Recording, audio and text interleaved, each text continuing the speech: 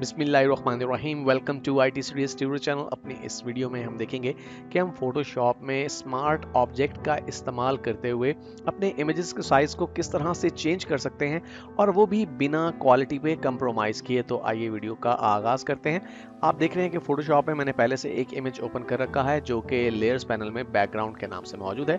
मुझे इसकी 2 copies produce करनी है, तो मैं 2 टाइम्स कंट्रोल जे प्रेस करता हूँ। तो मेरे पास इस लेयर की 2 कॉपीज प्रोड्यूस हो चुकी हैं।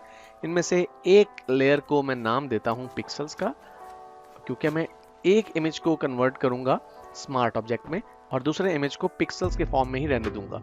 तो दूसरे इमेज को मैं नाम देता हूं स्मार्ट ऑब्जेक्ट। ओके, इसके बाद मुझे करना यह है कि अपने इस कैनवस को मुझे इन्हेंस करना है ताकि दोनों इमेजेस साइड बाय साइड नज़र आ सके, क्योंकि मैं कंपैरिजन दिखाना चाहता हूं कि अगर आप एक सिंपल इमेज को रीसाइज करते हैं तो उसका इफेक्ट उसकी क्वालिटी पे क्या होता है, और अगर आप एक स्मार्ट ऑब्जेक्ट को रीसाइज करते हैं तो उसका इफेक्ट क्या पड़ता है आपके इमेज की क्वालिटी के ऊपर। ओके, तो अपने कैनवस साइज को चेंज करने के लिए मैं बैकग्राउंड लेयर को सिलेक्ट करता हूं और इमेज मेन्यू में से मैं सिलेक्ट कर लेता हूं कैनवस साइज। आप देख रहे हैं कि इस वक्त ये साइज मेरे पास इंचेस में आ रहा है। मैं यहाँ पे परसेंट को सिलेक्ट कर लेता हूँ। विड्थ 100 और हाइट भी 100% है। अब मैं अपनी विड्थ को 200% करना चाहता हूँ, तो सिंपली मैं विड्थ की वैल्यू को चेंज कर देता हूँ 200 और हाइट की वैल्यू को मैं चेंज नहीं कर रहा। और उस वक्त ये रिलेटिव का जो चेक बॉक्स है ये अनचेक ही होना चाहिए। अब ये मैं चाहता हूँ कि जो एडिशनल स्पेस क्रिएट होगी कैनवस पे वो एक साइड पे क्रिएट होनी चाहिए। तो मैं इस लेफ्ट एरो पे क्लिक कर देता हूँ, तो इस तरह से जो स्पेस है एडिशनल वो राइट साइड पे जनरेट हो जाएगी। आप देखिए कि यहाँ पर हमारे पास ये स्पेस जनरेट हो चुकी है। अब हमारे पास ये 2 इमेजेस हैं और इन दोनों इमेजेस को मैं साइड बाय साइड लेना चाहता हूँ, लेकिन उससे पहले मैं अपने इस बैकग्राउंड इमेज पे मैं व्हाइट कलर फिल करना चाहता हूं। तो जब आप इस लेयर को सिलेक्ट कर चुके हैं उस वक्त आपने एडिट के मेन्यू को सिलेक्ट करना है और यहां से फिल के ऑप्शन को सिलेक्ट कर लीजिए।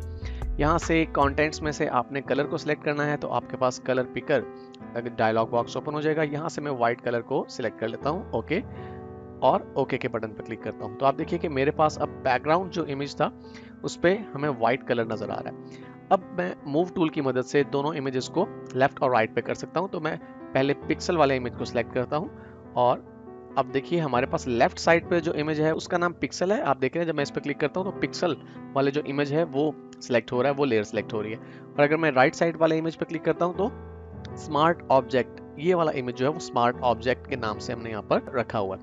अब मुझे इस इमेज को स्मार्ट ऑब्जेक्ट में एक्चुअली कन्वर्ट करना है, और किसी भी लेयर को स्मार्ट ऑब्जेक्ट में कन्वर्ट करने के लिए आप उस लेयर पर राइट क्लिक कीजिए और यहाँ से कन्वर्ट टू स्मार्ट ऑब्जेक्ट के ऑप्शन को आप सिलेक्ट कर लीजिए। अब हमारा ये इमेज जो राइट साइड पे वो स्मार्ट ऑब्जेक्ट में कन्वर्ट हो चुका है। इसके बाद मैं लेफ्ट साइड वाले इमेज को सिलेक्ट करता हूँ और कंट्रोल टी प्रेस करता हूँ। इस तरह से ट्रांसफॉर्मेशन के ऑप्शन मेरे पास अवेलेबल हैं। मैं अब इस इमेज को रीसाइज करना चाहता हूं। आप टॉप पे देख रहे हैं कि इसकी विड्थ 100% है और हाइट भी 100% है।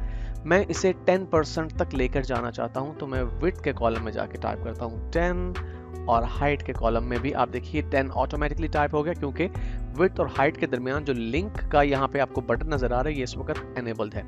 तो मैं इसे सिलेक्ट कर लेता हूँ, ओके। मेरा अब ये इमेज जो है रीसाइज हो चुका है, ये 10% पे जा चुका है।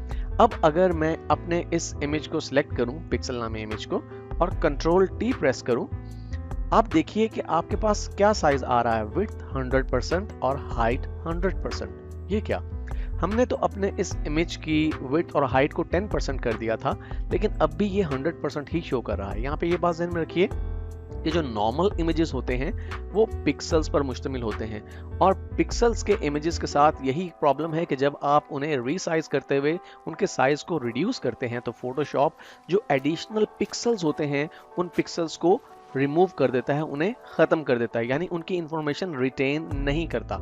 अब अगर मैं इसी इमेज को दोबारा से बड़ा करना चाहूँ तो मैं इसे जिस वक्त सेलेक्ट किया हुआ है कंट्रोल टी प्रेस करके मैं ट्रांसफॉर्मेशन के ऑप्शन यहाँ पर देख रहा हूँ। तो अब अगर मैं इसके साइज को बढ़ा के लेट से मैं 900% पर लेके जाता हूँ, इससे ये ऑलमोस्ट अपने ओरिजिनल साइज पे वापस आ जाएगा इमेज।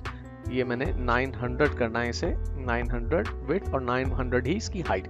आप देखिए इस इमेज के साथ क्या हुआ, एक्चुअली अब जो पिक्सल्स बाकी थे फोटोशॉप उन्हीं पिक्सल्स के साइज को इनहेंस करके इमेज को बड़ा कर रहा है। इसी वजह से हमें इमेज जो है वो क्रिस्पी नजर नहीं आ रहा, क्लियर नजर नहीं आ रहा। अगरचे जब मैं इसे सिलेक्ट करूंगा इस चेंज को तो फोटोशॉप इस इमेज को इम्प्रूव करने की कोशिश तो करेगा, लेकिन किस हद तक इम्प्रूव कर सकता है। आप देख रहे हैं कि ये बहुत ही ब्लरी लग रहा है, क्लियर नहीं है, जबकि राइट साइड पर जो इमेज है वो हमें बिल्कुल क्लियर नजर आ रहा है। अब आप सोचेंगे राइट साइड वाले इमेज को तो अभी तक हमने रिसाइज किया ही नहीं, तो अब हम इसे भी रिसाइज करते हैं। तो मैं इसे सिलेक्ट करता हूँ। आप देखिए कि स्मार्ट ऑब्जेक्ट इस वक्त सिलेक्टेड है। मैं कंट्रोल टी प्रेस करता हूं तो ट्रांसफॉर्मेशन टूल यहाँ पे हमारे पास एनेबल हो गया। मैं इसे रीसाइज करता हूं और इसकी विड्थ और हाइट को 10% पर ले जाता हूं। ओके, और मैंने इसे सिलेक्ट कर लिया। अब आप देख रहे हैं कि ये इमेज भी 10% पे जा चुका है। मैं दोबारा से इसे सिलेक्ट करता हूं, कंट्रोल टी प्रेस करता हूं और मैं यहाँ पर अगर आपको दिखाऊं तो आप देखेंगे कि विड्थ और हाइट में हमें 10% ही नजर आ रहा है, जबकि जब हम पिक्सल वाले इमेज के साथ काम कर रहे थे, स्मार्ट ऑब्जेक्ट के साथ काम नहीं कर रहे थे, उस वक्त हमारे पास यहाँ पे 100% का साइज ही नजर आ रहा था। ऐसा क्यों है? ऐसा इसलिए स्टूडेंट्स, क्योंकि जब आप किसी इमेज को, किसी भी एलिमेंट को स्मार्ट ऑब्जेक्ट में कन्वर्ट करते हैं तो स्मार्ट ऑब्जेक्ट एक्चुअली एक कंटेनर का नाम है।